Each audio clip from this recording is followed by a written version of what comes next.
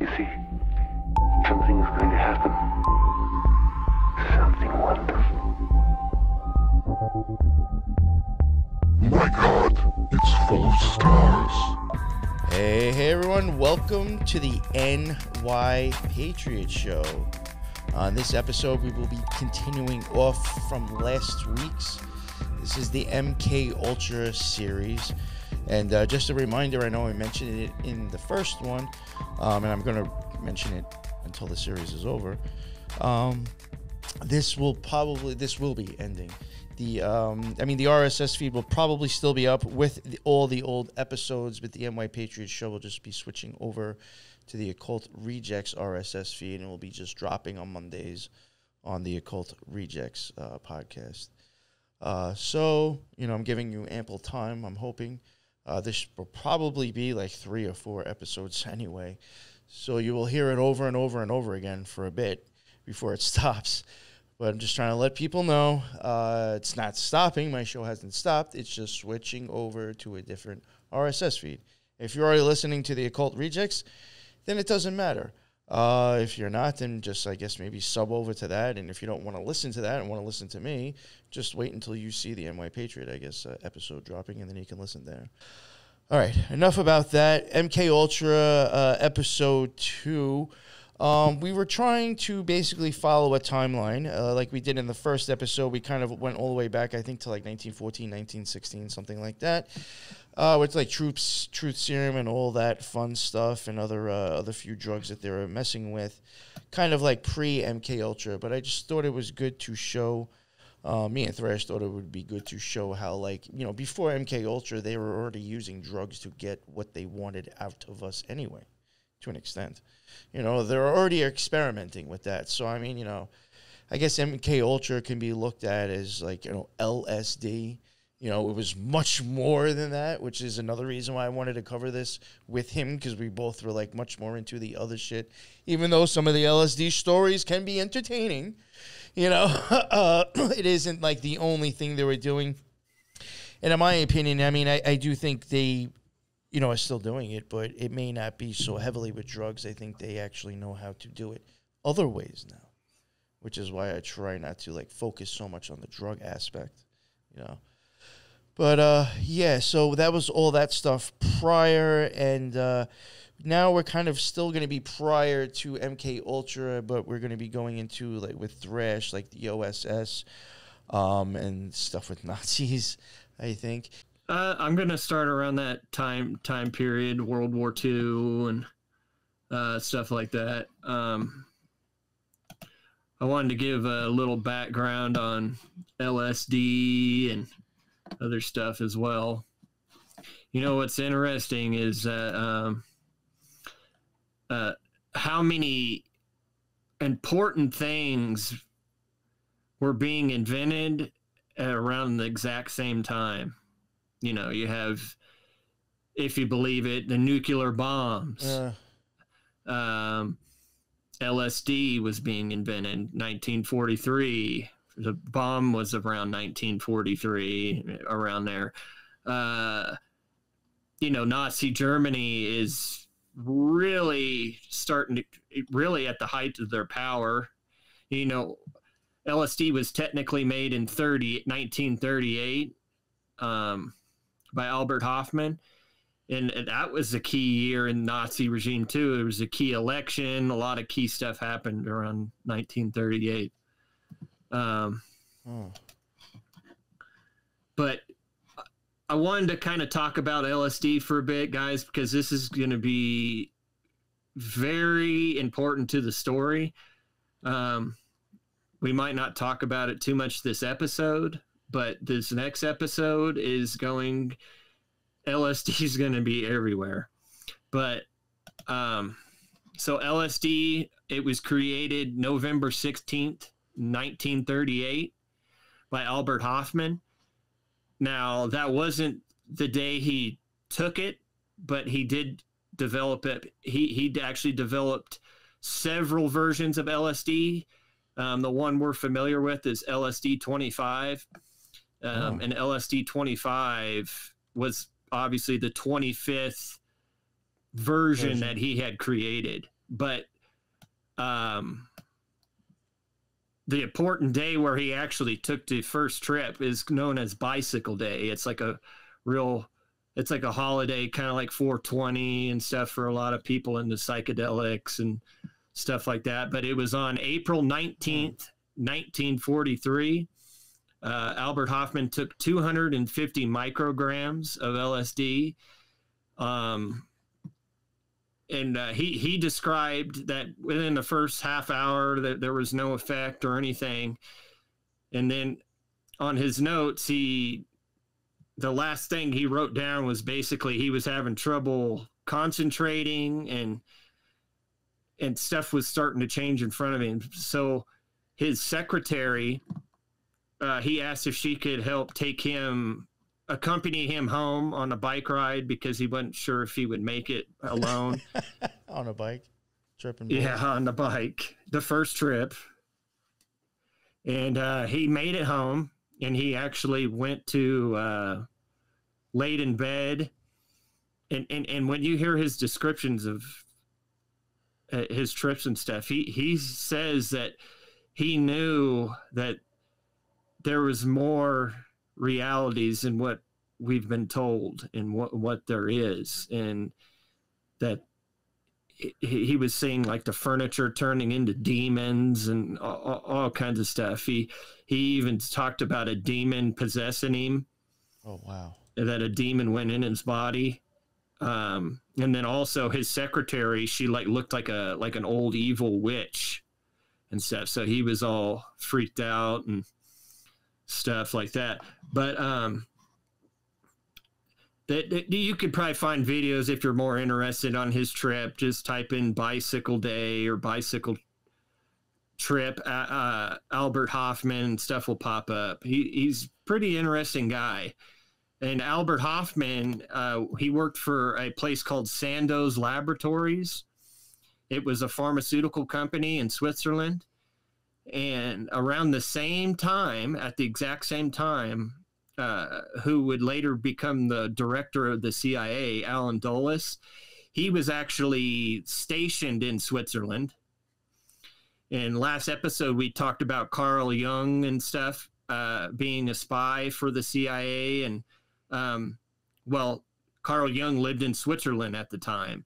Switzerland, it plays a key role in a lot of this stuff. It's like, a lot of people say, "Oh, they were neutral, they were out of the war." But when you look into somebody from part one that I might have mentioned that came from Switzerland too? Probably, I don't remember who. Or maybe I'll be getting to the person I almost remember. I know Carl Jung. I know Allan Dois was in Switzerland. Allan Dois had an affair with a female agent in Switzerland. Albert Hofmann's there. Sandoz Laboratories, who literally invented LSD. They also invented the first synthetic version of psilocybin. Albert Hofmann also created that. No, I was wrong. The guy was from Scotland. Sorry. And it seemed like everybody was doing deals with Switzerland in World War II. Either you're the Russians, they were in communication with Sandoz. The Nazis were in communication with Sandoz. The Americans obviously were in communication. And later on, around Project Bluebird, Project Artichoke, the CIA that's where they bought their first doses of LSD. And I want to say they wanted like 5 million doses, but I could just be making that number up. It was a lot, to the point where Sandoz said, "We don't even have that much, that we only have a certain amount." So I don't know if at one point they fulfilled that order or not. I would assume so. And quick, just before you go on, you were talking about like Bicycle Day. I have wondered before with, I think it was because of Stephen King, when I was covering Stephen King on the Occult Rejects. I had questioned some charity that he was working with. I think it was like Pan something, and it had to do with bicycles. I think it was like a So it was like something people were riding bikes for cancer or some shit like that, you know, whatever charity raising money. And I did question if there was occult symbolism with that, and I, you know, was saying that I did think that maybe the wheels could have been something to the effect like the Wheel of Fortune, or maybe even something like the Orphanum, you know, to that effect. But like now, even going forward with like me covering the eyeballs and stuff, you know, with the bicycle, you would have those with the way a bicycle works and the way the wheels go, they are yoked. You know, and like I have said that I think unyoking is kind of like, you know, breaking the problem. When something is yoked, that means like your eyes are yoked, your pupils are yoked. When one gets bigger, the other one gets bigger as well. Now, there is a few different ways, I think, through drugs and I think, believe it or not, shining certain geometric shapes into your eye can cause one to get big and not the other. But naturally, that happens. So, like, it's kind of funny when you're talking to me, or interesting to me, that, like, bicycle day and thinking about how a bicycle works, if one pupil gets bigger, the other one's going to get bigger, and that's exactly what LSD is going to do to you if you take it. It's going to make both your pupils get bigger because they are yoked. So, to me, it was just like, that's interesting. Bicycle day, I could, you know, the way I look at things, I could just see it matching up and make sense, you know.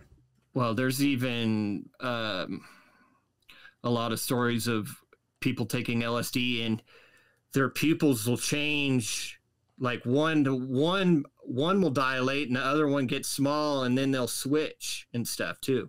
I mean, I'm guessing maybe it could be possible that that dude from Queen was talking about something else when he kept on going on that he wanted to ride his bicycle. Could have been talking about something else.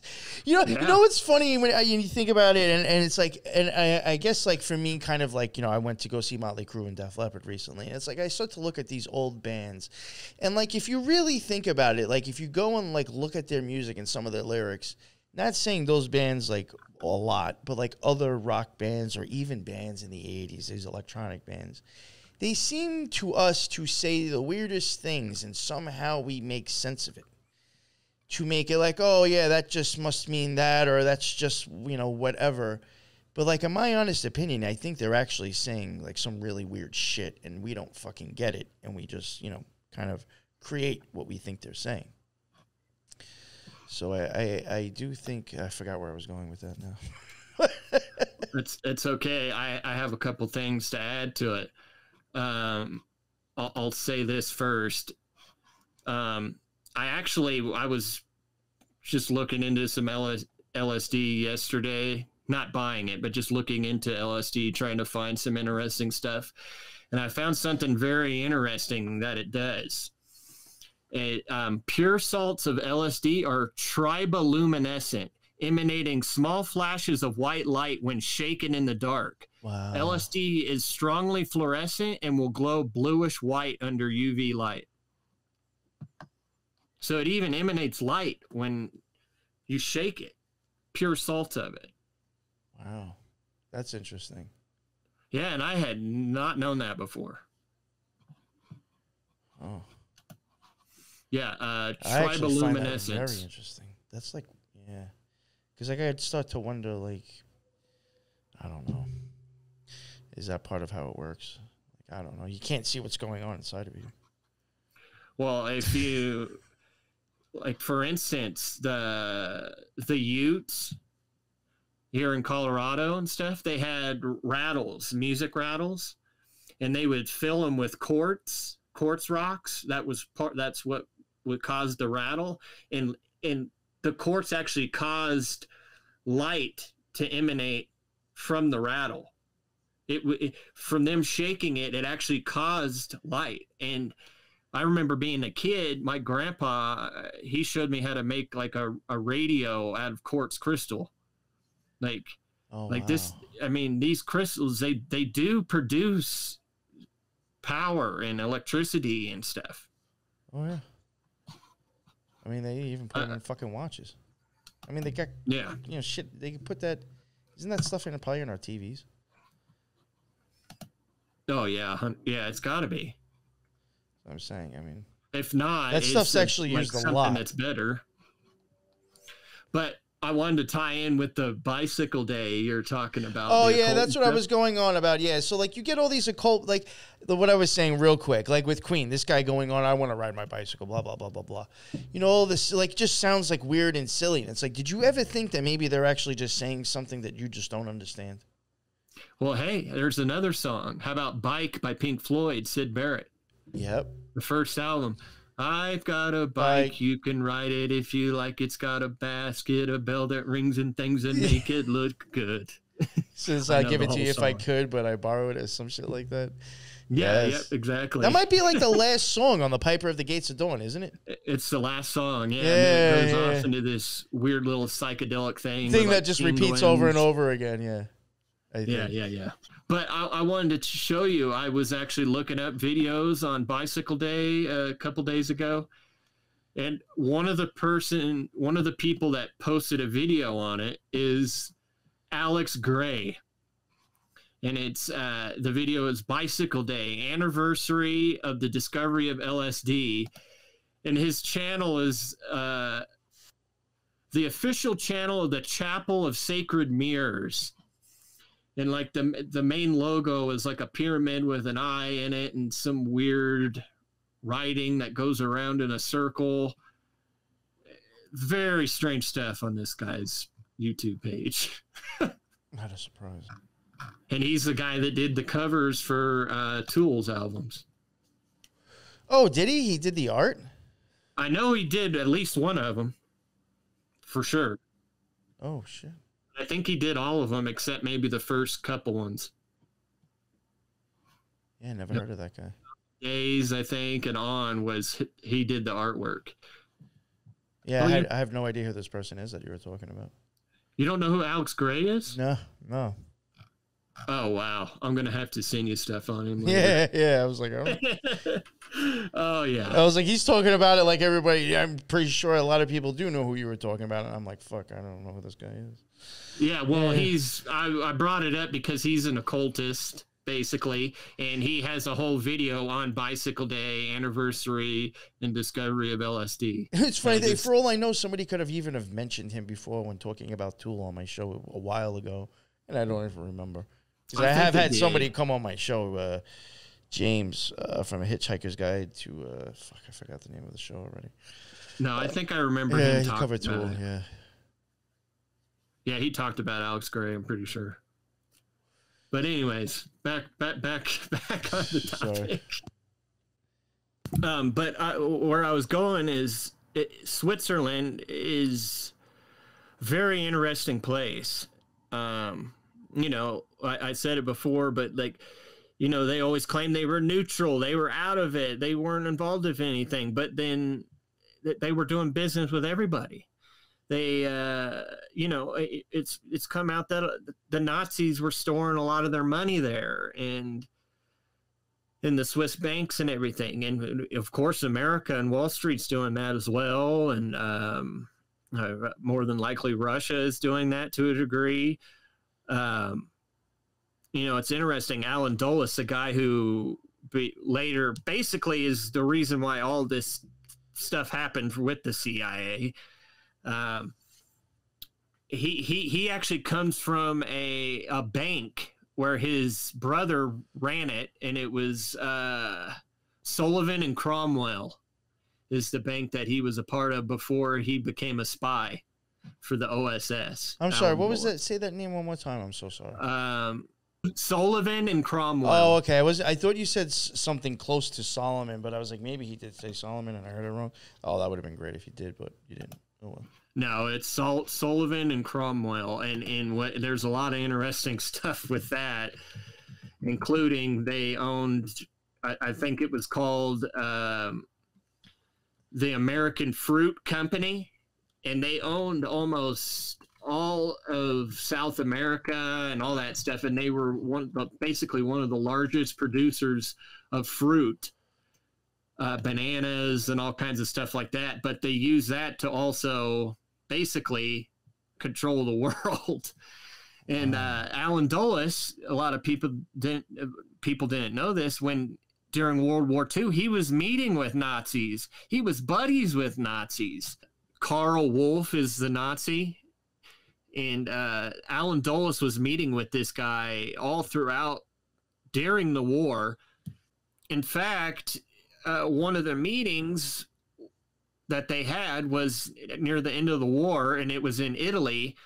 And it was one of the reasons why this Karl Wolf guy was actually not tried at the Nuremberg trials, as they said that he was a part of a, I think it was Operation Sunrise. Let me double check here. I got it. I've heard of that one.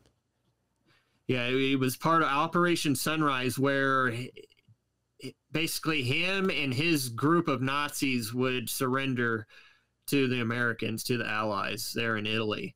And he did do that. That did happen in Italy, and they used that to basically bring him over and help with, Allan Dois, because Allan Dois was already had business dealings with him. I can't quite remember exactly what, but they had business dealings and everything during the war.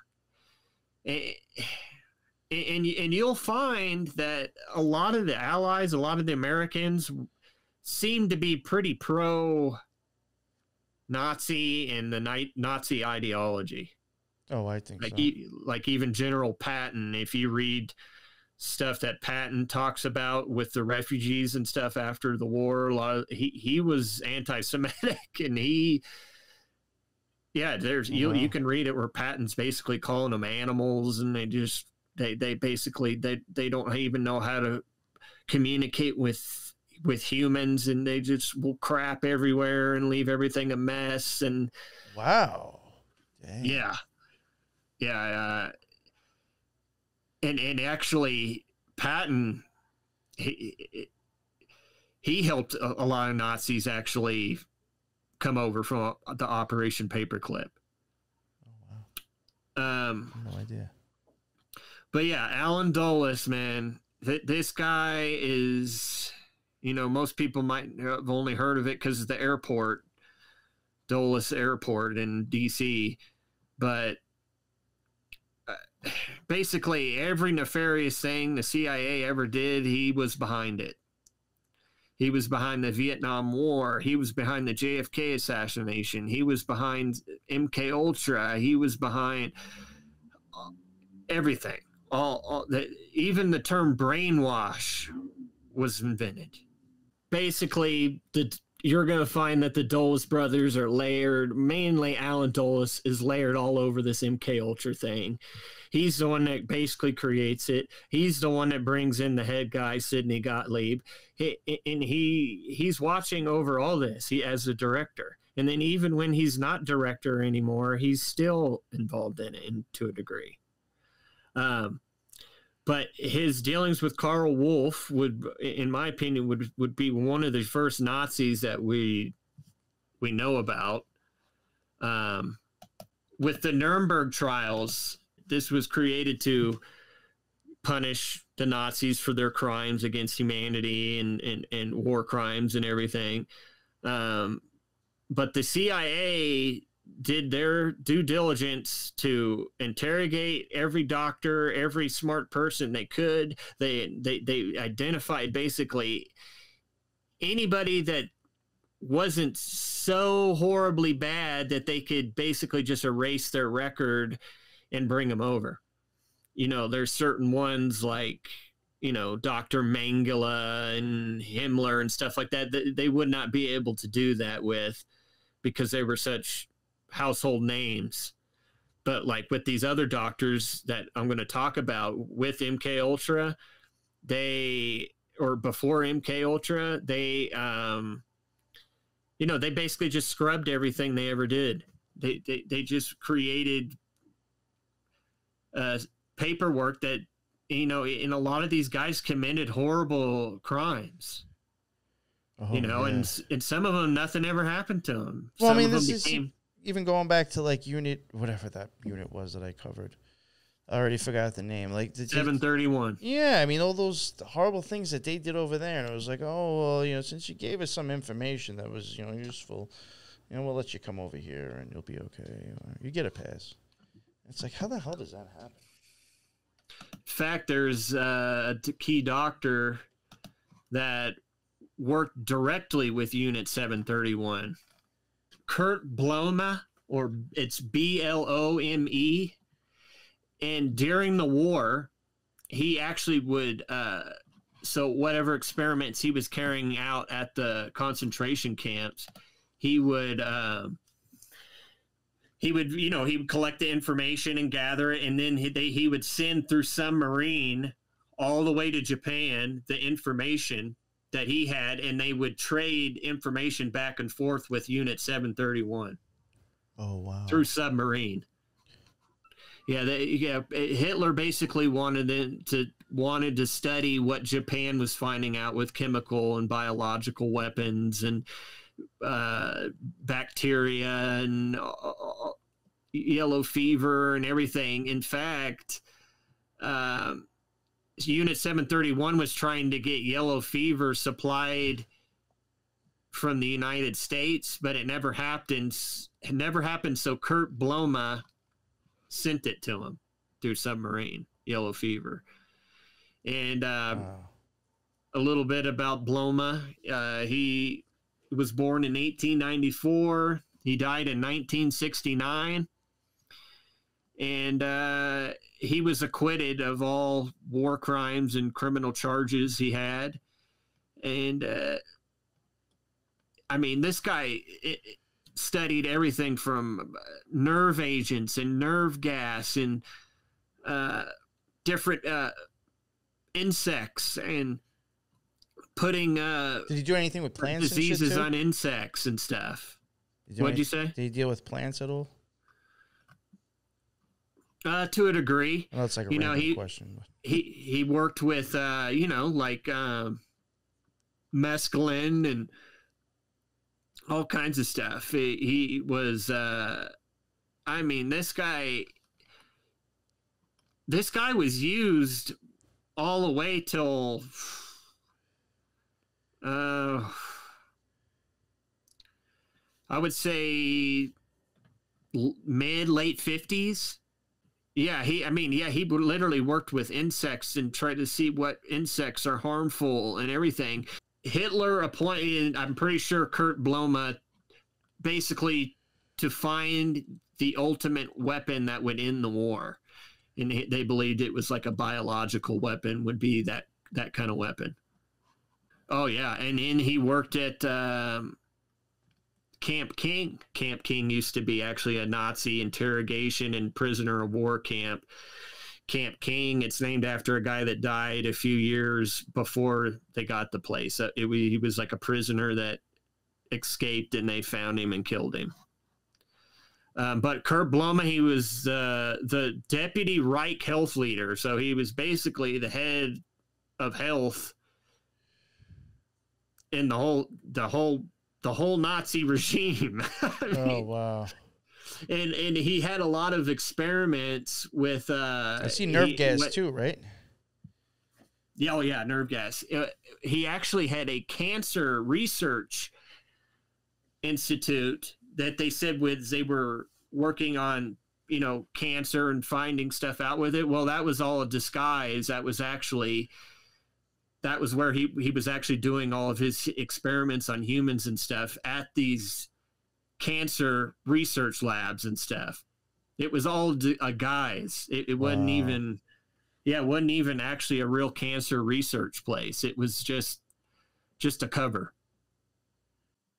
Well, I don't know, when you think about like some of the things they've done before in the past, it's like, are they still doing it now? Just perfected like hiding it so well. Well, let me just say this then. To me, they're still doing it, and I'm going to kind of give a reason for it. Now, if me and you had this MKULTRA timeline thing here, well, if you read the timeline, it says in 1946, the Nuremberg Code is written after Nazi experiments on concentration camp inmates come to light during the Nuremberg trials. The code states that researchers must obtain full voluntary consent from all subjects, which is official U.S. policy to this day. Well, that's a lie, because it's never been.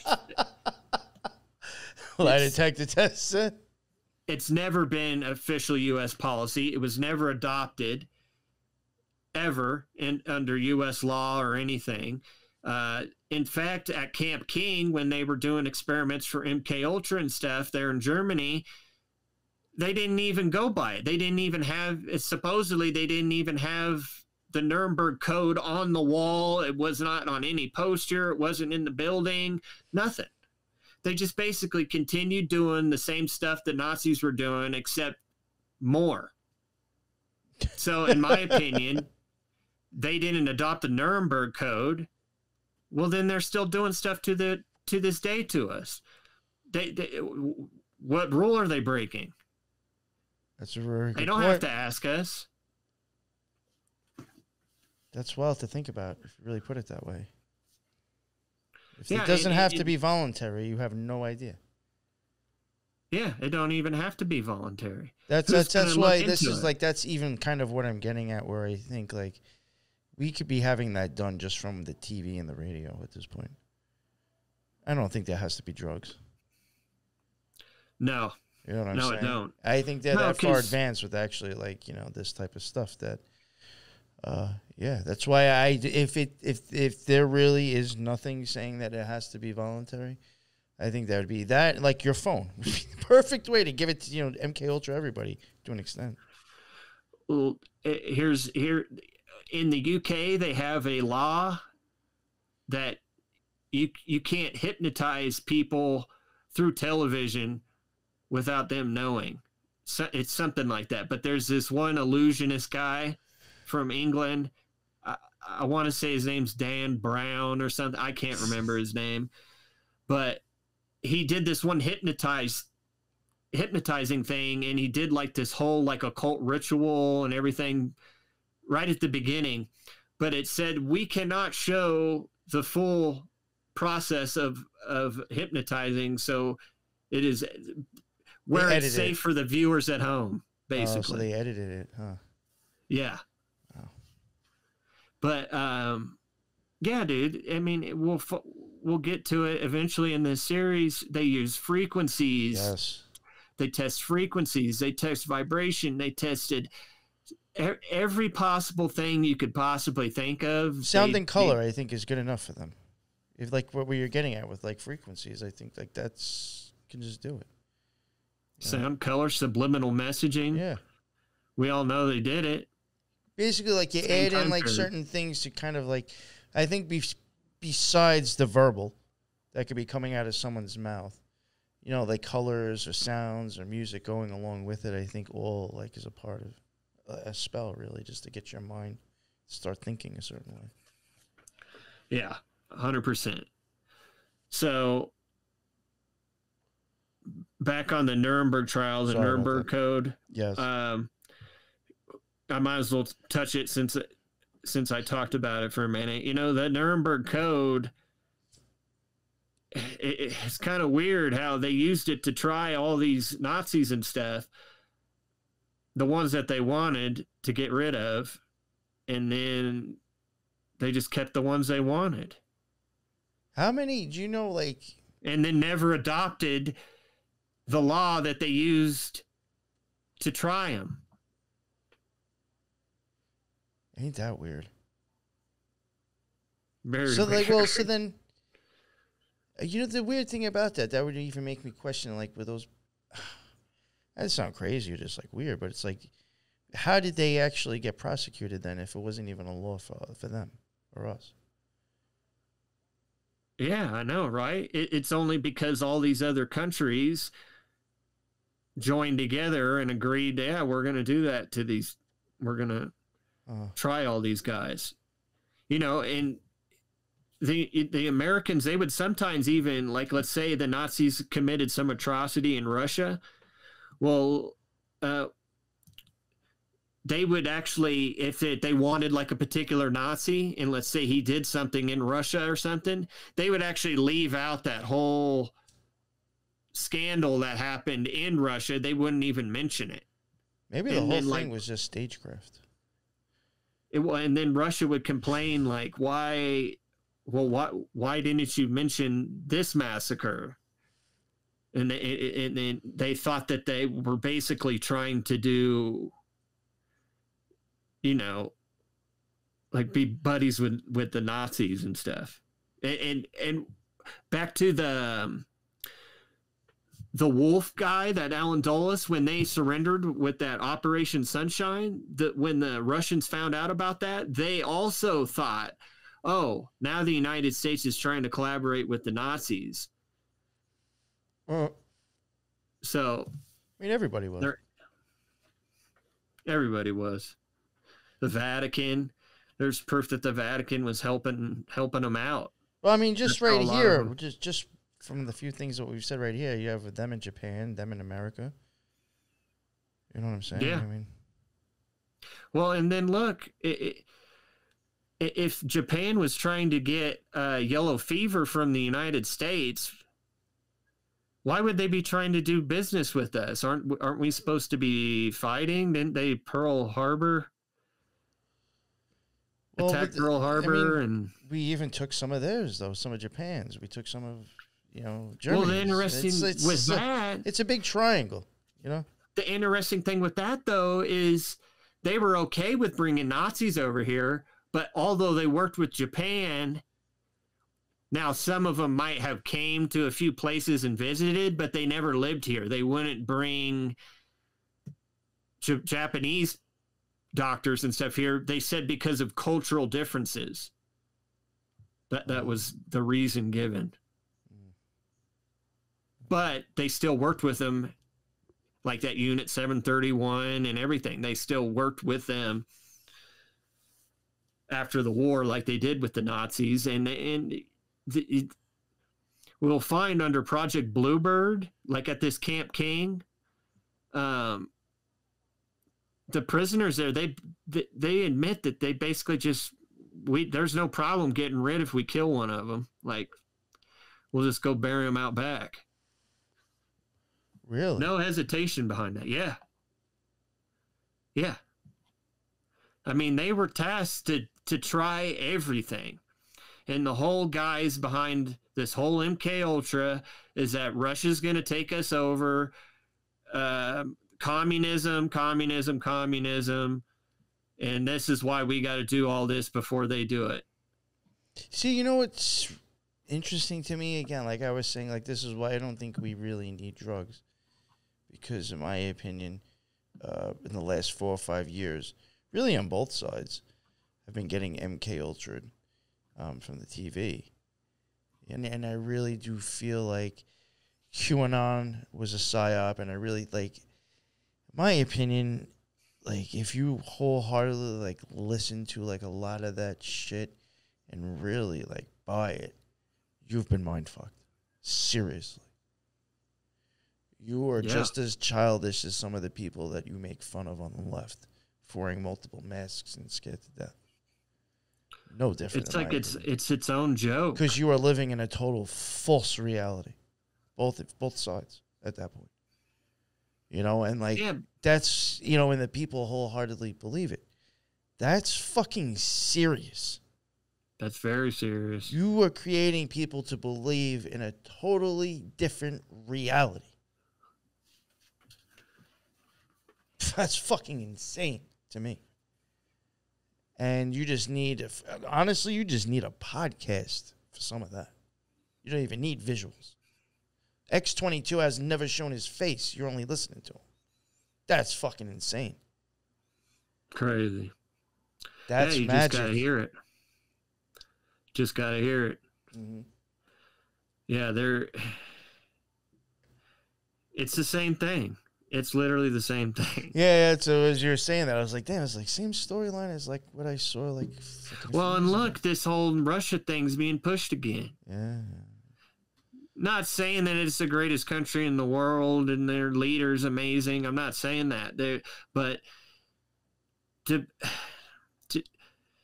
be pushing the whole Cold War scare thing and all that over again, that was literally the reason for all this stuff.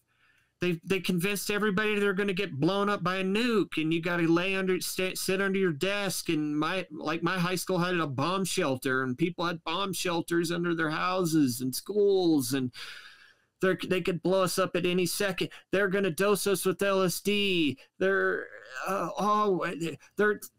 If we got to interrogate and find different ways of interrogating them, but because they're going to catch our guys and get all of our secrets. And, yeah, that is one of the excuses too, right, for interrogation and all that shit.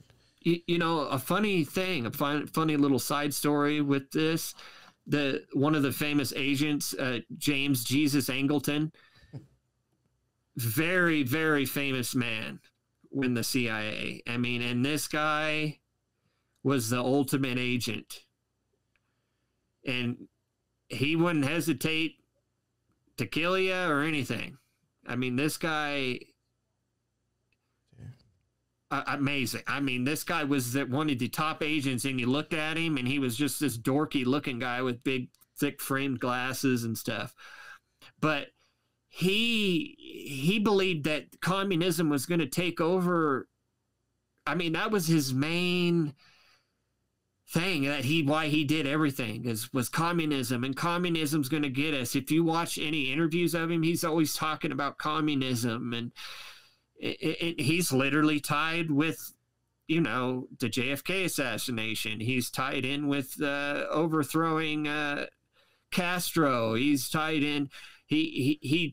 I talked about him last episode. Actually, he changed elections in Italy. I mean, this guy was OSS. He was CIA. He was everything, and everything was communism. And the funny thing is, one of his best buddies, who is an MI6 agent, actually happened to be, he was a double agent. He actually was working for the Soviets. And this James Jesus Angleton, he would accuse people of being Soviet spies and stuff at the CIA with no proof, nothing, had got people fired, and there was no evidence behind it, nothing. The people weren't even spies. He was just a paranoid lunatic. And they were just taking his word on it. They're just taking his word on it. But one of his best buddies, who he would come over to his house, he would go to his house and everything, was a spy for the Soviets. You can find all kinds of documentaries on the guy. I can't remember his name, but if you type in James Jesus Angleton, he'll pop up. MI6 spy, double spy, he'll pop up. And he was literally a spy for the Soviets, and James Jesus Angleton had no clue at all, ever. But he was so paranoid, he would accuse people that weren't communists, get them fired and everything. So they even had brainwashed their own people into thinking that this stuff was going to happen. It wasn't just the public. They had got their own guys thinking this too. I think they truly believed it to a degree. Oh, yeah. I think they really thought Russia and communism was going to take over. Oh, I mean, that's been a thought for a long, long time. You know what I'm saying? That, like, you could have thought that prior to even getting into that field. You know what I'm saying? Yeah, 100%. Yeah. So back to the Nazis. Yeah. That the CIA was working with. Okay, so Walter Schreiber, he's another big one. And they actually brought him to the United States to work at the Walter Reed Army Medical Center. He was an epidemiologist and stuff, but he when he was brought here, he worked here for a brief time.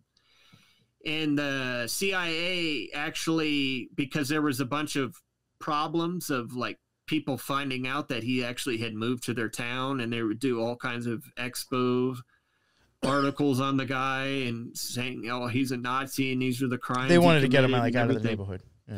Yeah, so they got him out, and they literally signed his papers and got him to Argentina.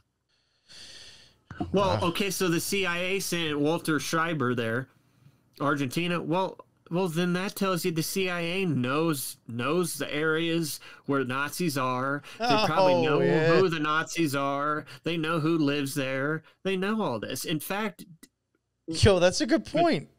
With the Trump JFK files, wasn't there a picture of old Hitler? Oh, that might have been. I don't know. Yeah, I'm pretty sure there was a picture of Hitler, but he was like old, and it was in the JFK files from the CIA or whatever. So Sounds like something I've heard before.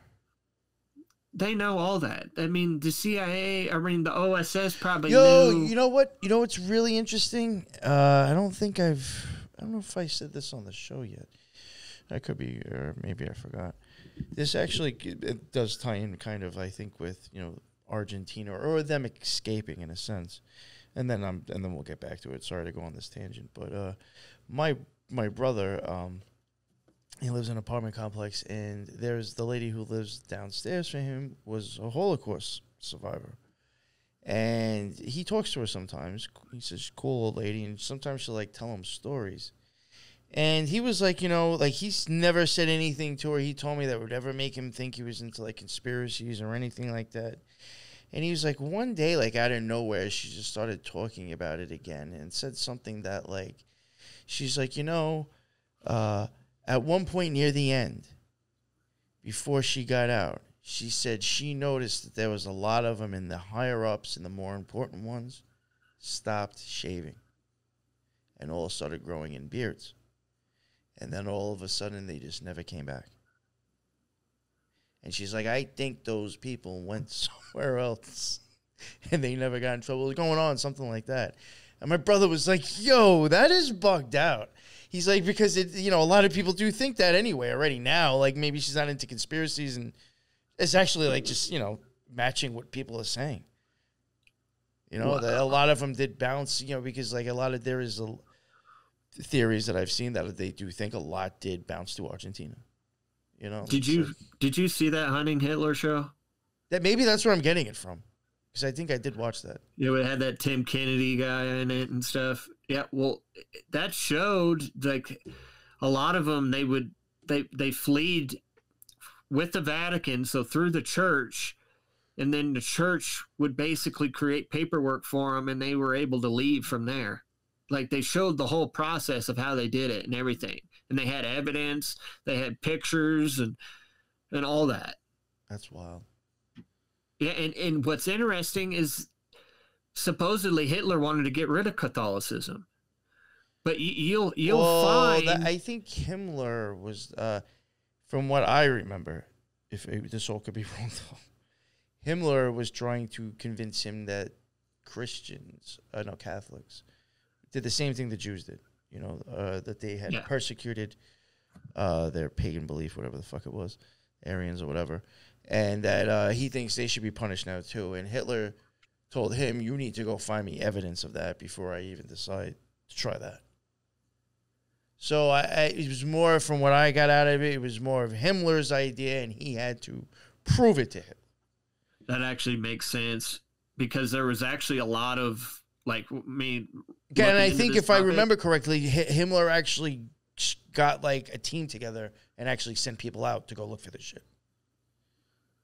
And I never came back with anything. Yeah, I don't think. Yeah, no, they definitely had that team that traveled all over the Himalayas and everywhere. Yeah, they were looking for certain objects and stuff. All right, so back to sorry, I know we keep going off now too. No, that's okay. But I was gonna say real quick that looking into a lot of the Nazis and stuff, I'll look into other ones, and you'll find that a lot of them are actually pretty staunch Catholics. Like, they were big Catholics.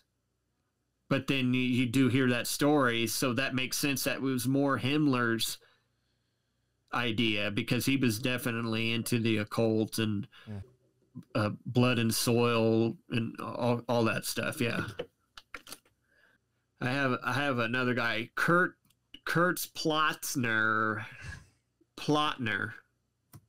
Yeah, he was actually one of the ones that did a lot of the mescaline tests and stuff on the Dachau concentration camp. Oh, I've heard of that. Yeah, I've heard of that one. Yeah, the Kurt Plotner. And he died in 1984. He in from 1945 to 55. He just basically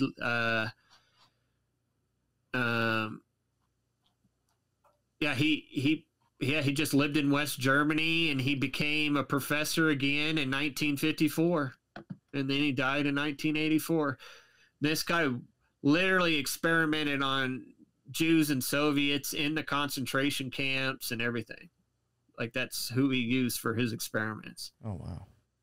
Yeah, and he worked on trying to come up with the truth serum, all kinds of crazy stuff. And he directly worked for Project Bluebird and stuff for MKUltra. I mean, he was an expert on interrogations and stuff. I mean, the guy could get people to talk. And the thing was, Project Bluebird, supposedly the name comes from when they were meeting to put together this project. Somebody said, oh, we should call it Bluebird because we're going to make these prisoners, talk like a bird, basically. Like, we're going to be able to get... Oh, okay. Yeah. Did you ever wonder if, like, sometimes, like, this again, I guess you'd have to believe that we're working with them. But, like, we kind of, like, give them, I guess, like, a base, something to work with, and then, like, they almost kind of make it better, and then we just take it back, and maybe give it back. You know what I'm saying? Like, we could just kind of, like... No, that makes sense. Yeah, like Camp King. Well, I might as well talk about Camp King. Well, that was in Germany. It was in Frankfurt, or near Frankfurt, and it was literally a former Nazi interrogation and prisoner of war camp during the war and stuff. And I mean, and it was fit out with interrogation rooms, everything. It had microphones installed. I mean, everything that you would need for interrogations, interrogating people, and it was all set up, and they basically just took it over and turned it into their own thing. And it's still there, I think, today. Really? This same place. I still think it's an Air Force base. Yeah, and it's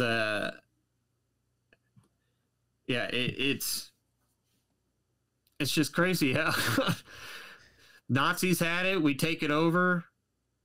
No, now it's ours. Mm. Yeah, and then we just bring in the same doctors, basically, and then now we're just doing this stuff we're just not even starting over from square one, because they had all the paperwork and documents and everything from all the experiments and the results and everything. All that stuff was confiscated. So they start here. Now they're at a basis. Now they're already 2 steps up the road. They don't even have to. Yeah, that's what I'm getting at. Like, is that just like, oh, we're saying that this is what we're doing, but we're really just moving our operations over here because they got it working better over here. And you know what I'm saying? It's just really shady, shady to me. Well, the Camp King, they did a lot of their more like deadly experiments and stuff there because, like I said, they just disposed of the bodies. They just buried them out back somewhere. And they were just a prisoner. Nobody's gonna ask about them anyways. Yeah. A prisoner stabbed him. Well, that was Unit 731. It wasn't expected for you to leave.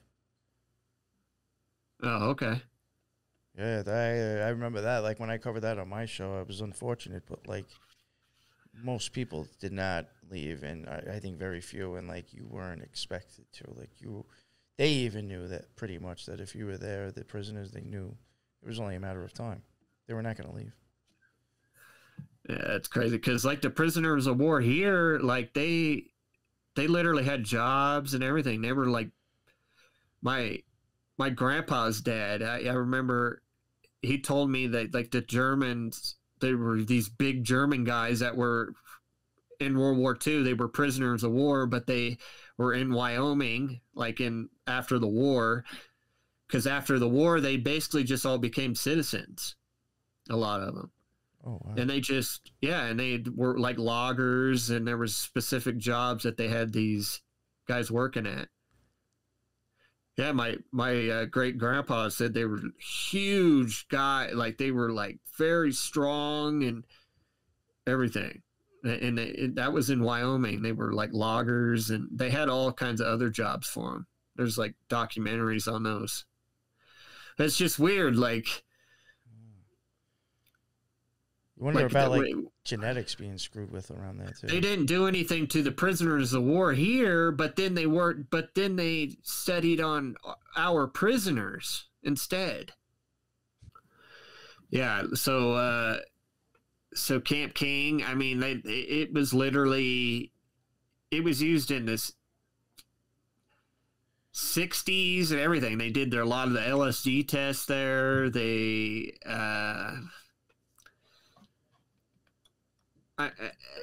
all kinds of a lot of the experiments happened there because some of the Nazi doctors, just to basically keep it kind of on the down low, they kept them in Germany. So they like the Kurt Blomma, I think he stayed at Camp King. Well, see, now isn't that a thing? Oh God, I'm sorry not to get like off the topic. I mean, it kind of is still, but I'm almost positive that was a situation with 731 as well. That like some of them didn't come over here; they went back to Japan, but they got to pass through us. And it was like, what the, like, how does that really do? No, that did happen. So I mean, so this is like the same exact thing. Yeah, same thing. It was like basically the same process of 731. It was like, come on. Yeah, they just did the same thing, and it just look. 731 was in communication with Kurt Blomma during the war, and then we just basically took him on our side, and then just continued communicating with 731 and everything.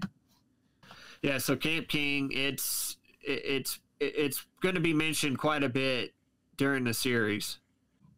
Yeah, you're gonna find we're gonna come back to this Camp King quite a bit. There's a lot of stuff that happens later on in the MKUltra, the LSD tests, and all kinds of stuff. So I definitely wanted to tell you guys about that place. Give you a little background on it, so when you hear it, you know what we're talking about. It's the base in Germany. Unit 731 is in Manchuria, so it would be like China, but it was like a Japanese camp. So when we mention that, that's what we're talking about. So yeah, that's Camp King. Now there's a place next to Camp King. It was a house, and it's called Villa Schuster, and it was basically right next door. The Nazis used this place as well. It was part of Camp King, but it was literally a house. Like, it wasn't like a it was like a residential looking thing instead of it was like it didn't look like how the main part of Camp King was like.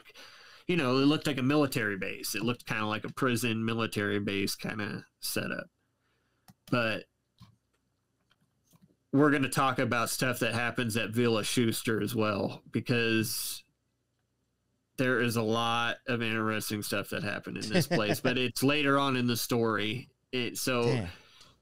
If it's at the Villa Schuster at Camp King, I'll specify that. That's all basically on Villa Schuster until we get into the stories that happen there later. Now, let's see.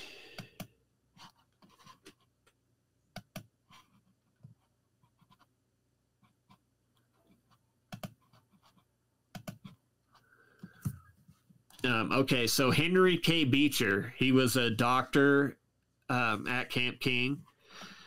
He's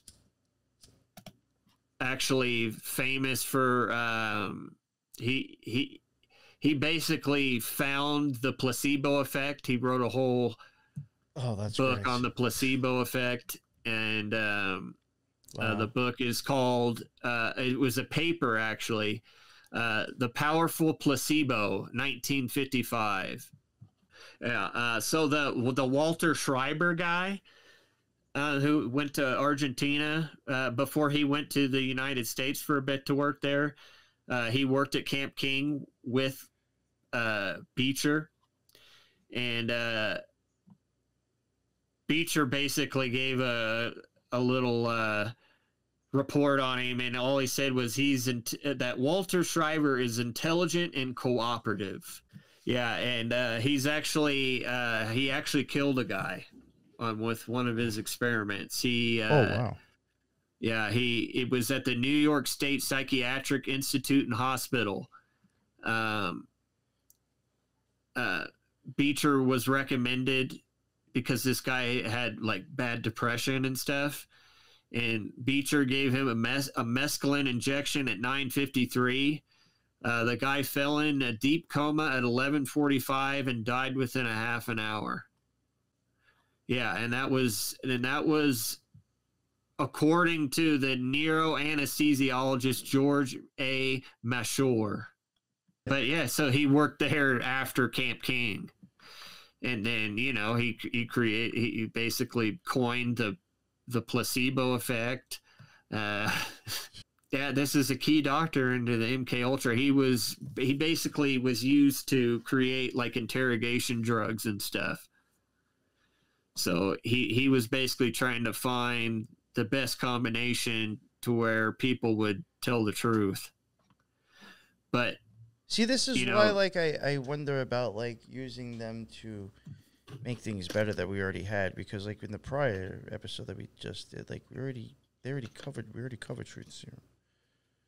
But like they're using them again. You know what I'm saying? Yes. Yeah. Oh yeah. I mean, and they were still working on those like 50s and 60s, and they kept trying different ones. It seems like they wanted to keep trying to find like a better one. Did they just use that as like an excuse? Does that make sense? Like, we're just trying to figure out a interrogation drug just for somebody to tell the truth, but really this guy, we're just trying to crack this dude's brain to see how easy it is. I mean, just think they're killing people with some of these psychedelic compounds, and a lot of these, if you look up like the LD50 and stuff on them, like it's insane amounts. Oh. And these people are dying. I mean, because like there's a few cases of people dying from mescaline throughout this whole project, and I've looked up mescaline. I trying to find an ingredient or something that's in there that might be causing that at like higher amounts, but I couldn't find anything. It's basically just mescaline or the peyote. Sorry. So the Henry K. Beecher, he was at Camp King. He's going to come into play.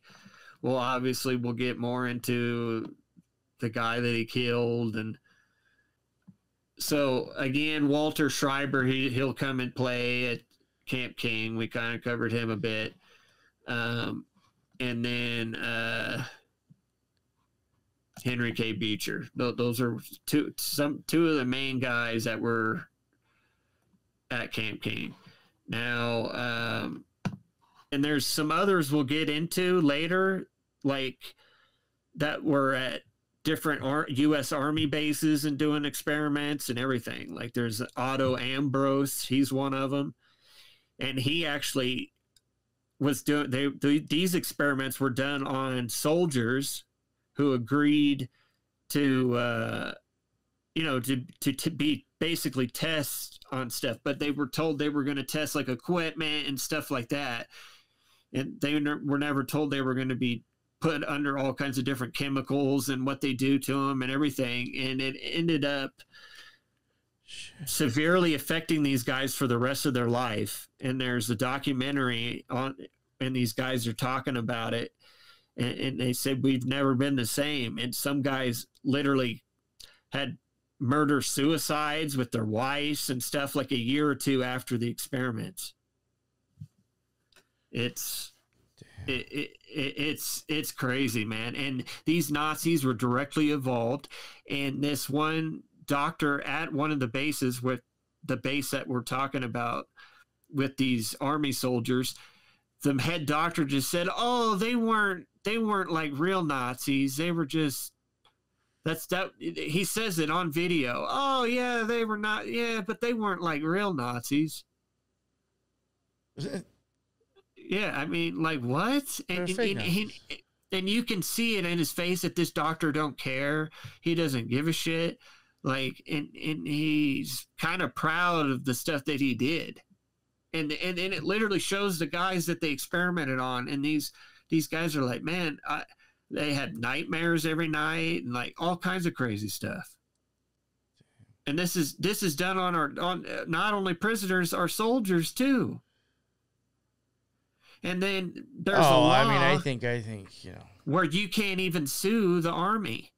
I definitely think they have their own ways, the service of MKUltra. I mean, and the documentary ends up showing that the CIA was involved in it with MKUltra, and then they were then able to kind of file a lawsuit because they found out that it was more than just the army that was involved.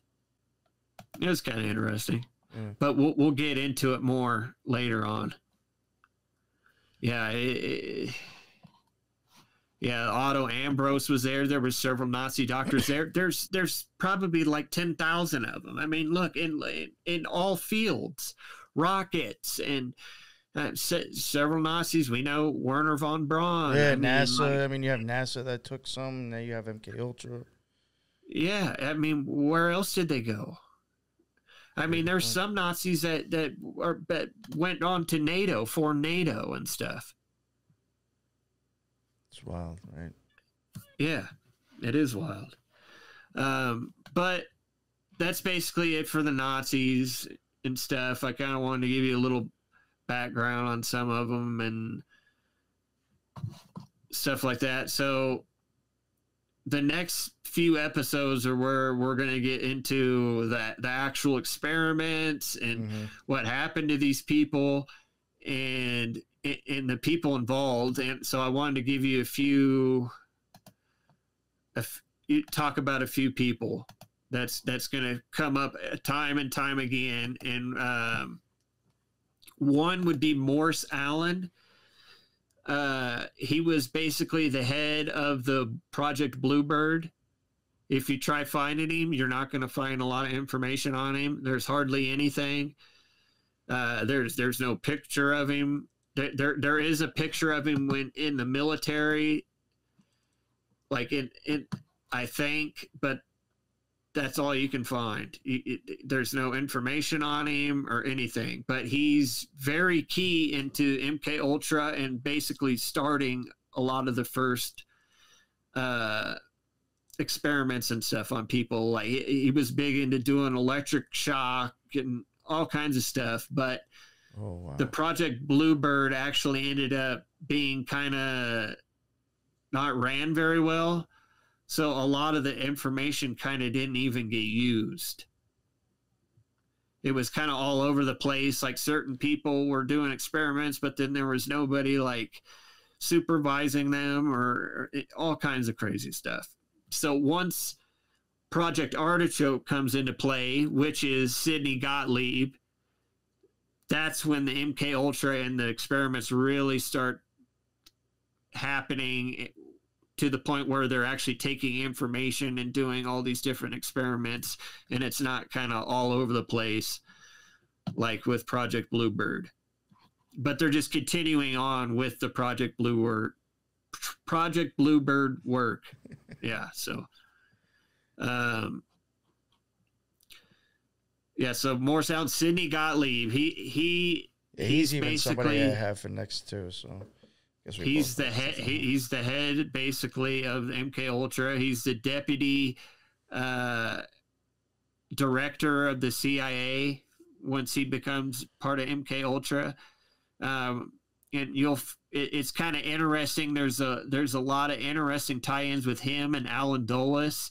They're actually pretty good buddies, but they were like complete opposites and stuff. It's kind of interesting. We'll get into Sidney Gottlieb the next episode, because he starts right after Project Bluebird. He was the director of the technical services staff before he was part of the CIA part of it, the MKUltra part. And then once Project Artichoke happened, then MKUltra basically began with Sidney Gottlieb. And then another very key guy to this, and I think he's more important than people realize, is the George Hunter White. I have stuff on him too for the next one. Yeah, he was an agent. He was part of the very interesting story. Bureau. He actually during World War II, he actually was a part of Camp X in Canada, and he trained almost everybody that was, but ended up being something in the CIA. Like former directors, and I mean, what are going to be directors of the CIA, and famous agents like James Jesus Angleton. He taught people how to kill. He taught people how to do all kinds of stuff. Be an agent, do it well. He's a very interesting character that we'll get into, because he was like a criminal, but also being an agent at the exact same time. Oh yeah. I think it was somebody who capitalized on his position. Yeah, he definitely capitalized on his position, and he enjoyed every second of it. Yeah. And he's a sick, sadistic dude. I'll tell you that. That's why I even had notes on him. I was like, "Yo, this guy is crazy." But it's a very interesting story, to say the least. Yeah, and he would do his wife would join in on stuff, experimenting on people, and he would sit in a two-way mirror, and he would set up a portable toilet and a mini fridge with alcohol and stuff, and he would just sit there and watch these people through the two-way mirror doing whatever. He would watch everything they did during the midnight climax thing. Yeah, that stuff is. He would watch what the prostitutes were doing, and then he of course would be providing the drugs to give to the Johns that the prostitutes had. And they had cameras. They had them rigged up with cameras and microphones and everything. I mean, I'm sure it was a blackmail operation going on to a degree. I'm sure there was a lot of things going on with that. There's probably a lot of different angles that stuff, there's a lot of angles of blackmail. Yeah. What you'll find throughout the MKUltra thing. I think so. Yeah. All right, so I guess a lot of this stuff seems like it's still happening, huh? Yeah. If you think about some of the stories that have been big the last few years, it's if you kind of just take the situation and remove the names, it's almost am I starting to see just different storylines to the same tale? It's hard to explain. Yeah, it's just repeating over. Yeah, a different scene. Yeah, a different visual, but yeah, very weird. But the same thing, yeah. I don't know. It's history repeating itself in a way. And it seems so obvious to us, we see it, but there are other people that don't see it at all. It's kind of weird. Well, and then I guess we can wrap up the show here. This is one of the kind of the things why I do find this stuff very important as well. I've said myself over and over again, I do think that even when it comes to Nazism, it's still going on, in full effect, I think. And it's it's even in my opinion, it's the whole thing with Ukraine. If people had half a brain about it, they'd realize that we're actually funding Nazi militia over there. And it's we've gone from supposedly being against them to where it's now we're funding them, and they're involved in something that's supposed to be so huge right now in history. and nothing is being said at all. Not even brought up, really. You know? No, And then, like, how does that happen? And we funded the Nazis to a degree before the war and all that. Like, we were at trade and stuff with him. Henry Ford was working with Hitler and everything, helped him develop Volkswagen and everything. And, like, I do think in some way it's kind of like magic in a sense. And I don't think it's, like, ending with that. I do think it's, like, even other things. Like, it's funny, not that I give a crap, but, like, I'm pretty sure this was what got my Elon Musk episode demonetized on YouTube. But, because it hasn't dropped yet, but, like, when I uploaded it, it said, like, it was demonetized because of, like, something I've said, obviously. And I was like, the only thing that could have really have been is that, like, I was calling him one of those. And I'm saying I really think, like, for real, like, he actually is, like, using that style of magic or something to do with that stuff. Now, regardless, like, you know, if I'm right or wrong, but with him, I do think that it is, like, we're still being screwed with by them heavily. Heavily. And we have no idea. 100% Elon Musk. I mean, even when it comes to occultism and magic, I still think Italy and Germany are making us look like the Eiffel Tower right now. Screwing us from both ends when it comes to magic and psyops. Still happening, I think. Huge. They have not stopped. They've just changed the way they look.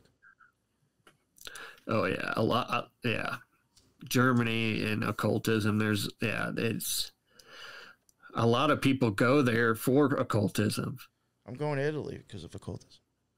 That's why I'm being totally honest with you. Yeah, that's why I'm going there, because I want to try to film occult architecture. Because I'm sure it's all over. You got to go to the Vatican. I'm planning it. They're in Pompeii, and I'll be filming both. So. Oh, that's cool. Yeah. I'm bringing all my equipment, so that should be very exciting. All right, not to plug, like, my future stuff, but, like, for reals, get back serious. I do think it's a huge problem, and I think, like, it's still going on. So I think it's very important to, like, point out that stuff. That's all. Yeah, and all that other stuff will be in the second part. I have, like I mentioned, I have White, I have Sydney. I have that guy Jocelyn West, or whatever, Jocelyn something. Yeah, Jolyon West, yeah. Yeah, I got stuff on him and other stuff. But, yeah, in the next episode, I will be talking more and actually covering something. So sorry to put you on the spot, Thrash, especially after the gummies kicked in. And and after my second joint, I was useless myself, too. So, but I think you did a great job. Thank you very much, bud. I appreciate it. I'm thoroughly enjoying the series because, like, you know, like, there's stuff that you're covering that I didn't know, and there's, like, stuff that I'm looking up that I didn't know prior to covering this. And it does, like you were saying, like, even as we're covering this, I can see things that I'm like, like, why does that sound familiar?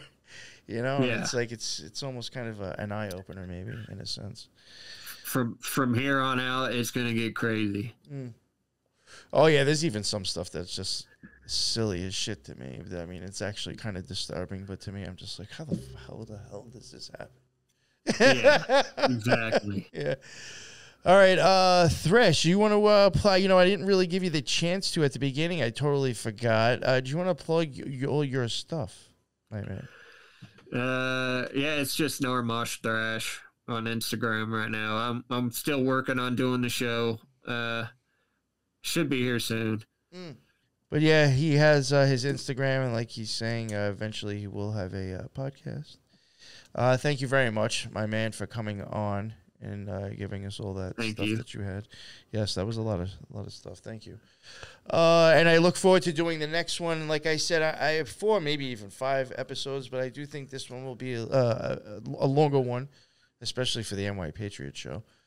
So yeah, keep a lookout for the next one. I think I even said in the last one, if it does, I think go over 4, I might space them out just to give a break, you know, and throw in like a guest episode or something. But you know, like I said in the beginning, when this series ends, so will the new shows on here. So remember that. And Thrash's stuff is in the bottom. If somehow, because there is a few, I probably have about a month's worth of episodes before this even starts coming out, because I knew we still needed to do more shows. If somehow his show is already out by then, I will include his link in the bottom. So definitely keep an eye out in the bottom for the links. His podcast might be out, and it might be down there. Hopefully. Fingers crossed. It'll be down there. Yeah, all right. See, I put you on the spot now. Thanks, bro. No, it'll be there. Yeah, thanks, my man. Always have a good time with you, Thrash, and that's why, I couldn't be happier to be ending, I guess, this feed with you as well, especially on this topic, because I think we both really do see this. Honored. Yeah, no, I think we both get, we get the same thing out of this together. I think we're both seeing the same stuff, and it's pretty cool. Thank you for real, my man. And thank you. And until the next one, that's the end of another NY Patriots episode. Everybody be well. Later.